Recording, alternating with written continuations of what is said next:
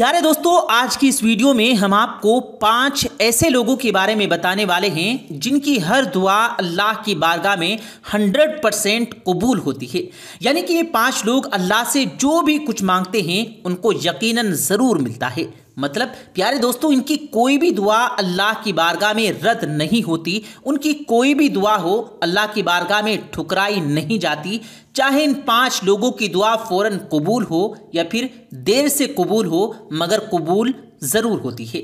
और ये अपनी तरफ से नहीं कह रहा, इनके बारे में हदीस शरीफ में मौजूद है। उसके साथ साथ हम आपको बताएंगे 5 ऐसे कामों के बारे में जिनको हर शादीशुदा औरत को ज़रूर करना चाहिए ताकि उसका शोहर खुश रह सके।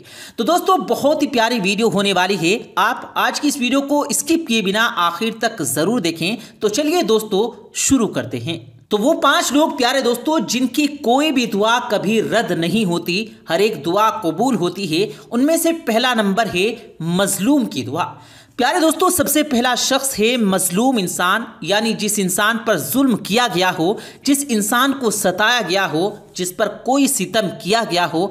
ऐसा इंसान अगर किसी के हक में कोई दुआ कर दे या फिर अगर किसी के लिए बद्दुआ कर दे तो अल्लाह ताला की बारगाह में फ़ौरन ऐसे इंसान की दुआ कबूल होती है। चाहे फ़ौरन कबूल हो या फिर देर से कबूल हो, मगर ये दुआ ज़रूर कबूल होती है।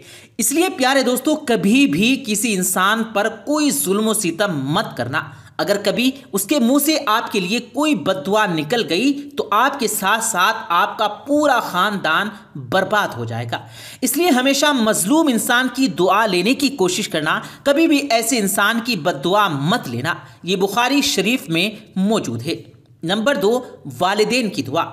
प्यारे दोस्तों, दूसरे इंसान हैं वालिदैन, यानी कि माँ बाप की दुआ अपने औलाद के हक में। मुस्लिम शरीफ की हदीस में मौजूद है कि अगर कोई बाप अपनी औलाद के हक में कोई दुआ कर दे तो उनकी दुआएं यकीनन अल्लाह की बारगाह में कबूल की जाती हैं। चाहे उनकी दुआ फ़ौरन कबूल होती हो या फिर देर से होती हो, मगर उनकी दुआ अल्लाह की बारगाह में 100% कबूल होती है। इसलिए प्यारे दोस्तों, अगर आपके माँ बाप हयात हैं, जिंदा हैं, इस दुनिया में मौजूद हैं, तो आप ज़रूर उनकी दुआ लिया करें। आप दिन में 10 दफ़ा उनसे कहा करें कि वो आपके हक में दुआ करें। यानी कि आप अपने माँ बाप की दुआ बार बार लेने की कोशिश करें। इंशाअल्लाह ताला कामयाब हो जाओगे। नंबर 3, मुसीबत ज़दा इंसान। प्यारे दोस्तों, दूसरा इंसान है मुसीबत ज़दा इंसान, यानी कि जिस इंसान पर कोई मुसीबत या आफत आ गई हो। अब आपको मालूम है कि ये मुसीबत कई तरह की होती हैं। मान लो कि अगर किसी की औलाद वफ़ात पा गई हो, अब उन माँ बाप पर बहुत बड़ी मुसीबत आ गई। अब ऐसे में अगर वो किसी के हक में दुआ कर दें तो अल्लाह ताला ऐसे मुसीबत ज़दा इंसान की दुआ को फ़ौरन अपनी बारगाह में कबूल फरमा लेता है। ये तो हमने मिसाल के तौर पर आपको एक मिसाल बताई। इस तरह से अगर किसी भी कोई भी मुसीबत या आफत आ जाए तो ऐसी किसी भी मुसीबत ज़दा इंसान की दुआ अल्लाह की बारगाह में कबूल हो जाती है। ये बुखारी शरीफ की हदीस में मौजूद है। नंबर 4, रोज़ेदार की अफ्तारी के वक्त में की गई दुआ। प्यारे दोस्तों, चौथा इंसान है रोज़ेदार। अगर रोज़ेदार इंसान अफ्तारी के वक्त में कोई दुआ करता है तो अल्लाह ताला इस दुआ को भी कभी रद्द नहीं करता, बल्कि फ़ौरन अपनी बारगाह में कबूल फरमा लेता है। क्योंकि एक रोज़ेदार अफ्तारी से चंद सेकंड्स पहले तक खाए पिए बगैर रुका हुआ है। उसके सामने खाने पीने का तमाम सामान मौजूद होता है, मगर वो किसी इंसान के डर से नहीं बल्कि अपने रब के डर से उनको खाता पीता नहीं। अगर वो चाहे तो उन्हें छुपकर भी खा पी सकता है, मगर वो ऐसा नहीं करता। ऐसे शख्स से फिर अल्लाह ताला बहुत खुश होता है और अफ्तारी के वक्त में मांगी गई दुआ को अल्लाह फ़ौरन अपनी बारगाह में कबूल फरमाता है। ये निसाई हदीस में मौजूद है। नंबर 5, दूसरों के लिए की गई दुआ। प्यारे दोस्तों, तिरमिज़ी की हदीस में है कि जो इंसान दूसरों के लिए कोई दुआ करता है, यानी कि किसी और के हक में अगर कोई दुआ की जाती है तो अल्लाह ताला ऐसी दुआ को भी फ़ौरन अपनी बारगाह में कबूल फरमा लेता है। जैसा कि अगर कोई इंसान अपने खुद के लिए कोई दुआ करता है तो वो कहता है कि या अल्लाह मेरी ये परेशानी दूर कर दे, या अल्लाह मेरी वो मुसीबत ख़त्म कर दे। ऐसी दुआ को अल्लाह कबूल करे या ना करे, ये अल्लाह की मर्ज़ी। लेकिन अगर कोई इंसान किसी और के लिए कोई दुआ करता है और वो कहता है या अल्लाह उनकी परेशानी को दूर फरमा दे, या अल्लाह फला इंसान की मुसीबत को ख़त्म कर दे, तो याद रखें दोस्तों, ऐसी दुआ को अल्लाह कभी रद्द नहीं करता। अल्लाह ताला दूसरों के लिए मांगी गई दुआ को फौरन अपनी बारगाह में कबूल फरमाता है। तो प्यारे दोस्तों, ये 5 लोग ऐसे हैं जिनकी चाहे कोई भी दुआ हो या फिर बद्दुआ हो, अल्लाह की बारगाह में फौरन कबूल कर जाती है। इसलिए रमज़ान का महीना चल रहा है, आप उन लोगों की दुआ में शामिल होने की ज़रूर कोशिश करें। इंशाअल्लाह ताला आपकी ज़िंदगी संवर जाएगी।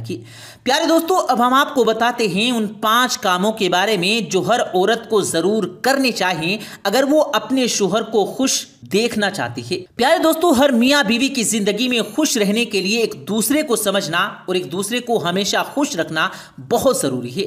आज हम आपको 5 ऐसी बातें बताने वाले हैं जो ख़ास करके औरतों के लिए हैं। अगर औरतें इन 5 बातों पर अमल कर लेंगी, इन 5 बातों को फॉलो करेंगी, तो ऐसी औरतों का शोहर हमेशा खुश रहेगा और फिर वो अपनी बीवी को भी हमेशा खुश रखेगा। इसलिए ये 5 बातें जानना हर मियाँ बीवी के लिए बहुत ख़ास है। आप इसको आखिर तक देखते रहें। तो चलिए आपको वो 5 काम बता देते हैं। नंबर 1, अपने शोहर की कभी भी बुराई ना करें। प्यारे दोस्तों, अक्सर देखने में आता है कि कुछ बीबियां जब वो अपने मायके चली जाती हैं तो वो अपने घर वालों के सामने, अपने दोस्तों के सामने अपने शोहर की खुलकर बुराई कर लेती हैं। फिर आखिर में यही बातें उनके शोहर के लिए शर्मिंदगी का बायस बनती हैं। इसलिए ऐसी बातें सिर्फ मियाँ बीवी के बीच में नफरत पैदा करती हैं। इसलिए ऐसी बातें ना सिर्फ मियाँ बीवी के बीच में नफरत पैदा करती हैं, बल्कि पीठ पीछे बुराई करना इस्लाम में एक बहुत बड़ा गुनाह है। इसलिए ऐसी औरतें इस बात को याद रखें कि ऐसी बातों को कोई भी शोहर कभी भी पसंद नहीं करता।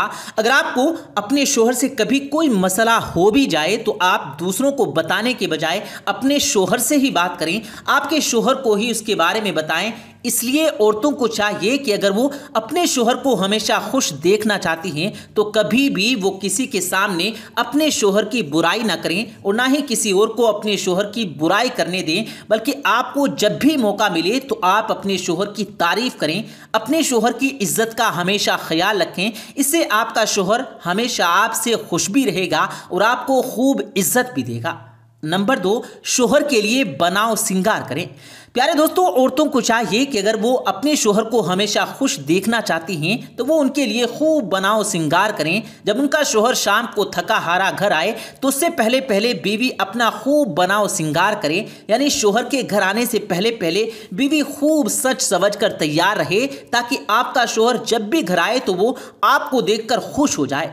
याद रखें, जो औरतें ऐसा करती हैं, ऐसी औरतों का शोहर अपनी बीवी से हमेशा खुश रहता है। इसके अलावा हर बीवी को चाहिए कि वो अपने शोहर को कभी भी हम बिस्तरी के लिए भी मना ना करें, क्योंकि हदीस शरीफ में आया है कि अगर कोई शोहर अपनी बीवी को हम बिस्तरी के लिए बुलाए और अगर वो बीवी उसको मना कर दे तो फिर ऐसा शोहर अगर ऐसी हालत में सो जाएगा तो उस तरह की औरत पर अल्लाह के फरिश्ते रात भर लानत करते रहते हैं और ऐसी औरत का शोहर कभी भी अपनी बीवी से खुश नहीं रह पाता। इसलिए औरतों से गुजारिश है कि ये गलती भी ना करें। नंबर 3, शोहर के घर वालों की इज्जत करें। प्यारे दोस्तों, हर कोई अपने घर वालों से, अपने माँ बाप से, अपने भाई बहन से खूब मोहब्बत करता है और उनकी इज्जत भी करता है। इसलिए हर शोहर ये चाहता है कि उसकी बीवी भी उसके घर वालों की खूब इज्जत करे, उनसे खूब मोहब्बत करे। अब ऐसे में अगर कोई बीवी अपने शोहर के घर वालों की इज्जत नहीं करती, उनको मान सम्मान नहीं देती, तो ऐसी बीवी का शोहर कभी भी अपनी बीवी से खुश नहीं रह पाता।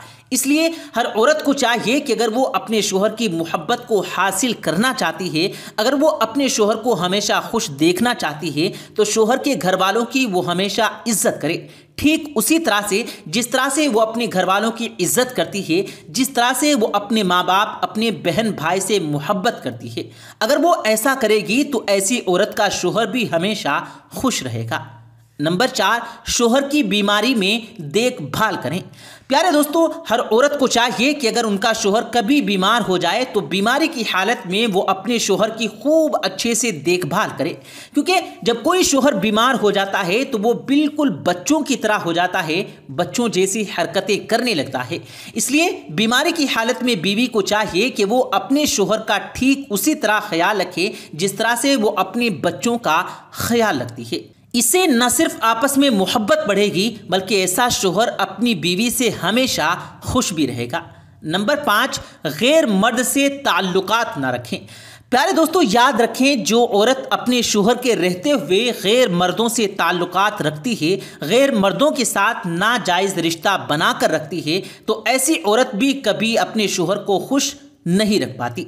ऐसी औरत का शोहर कभी भी अपनी बीवी से खुश नहीं रह पाता। इसके अलावा अगर बीवी अपने शोहर को हमेशा खुश देखना चाहती है तो उसको भी चाहिए कि वो अपने शोहर के सामने कभी भी किसी गैर मर्द की तारीफ ना करे, क्योंकि ये बात भी कोई शोहर पसंद नहीं करता कि उसकी बीवी उसके सामने किसी गैर मर्द की तारीफ करे।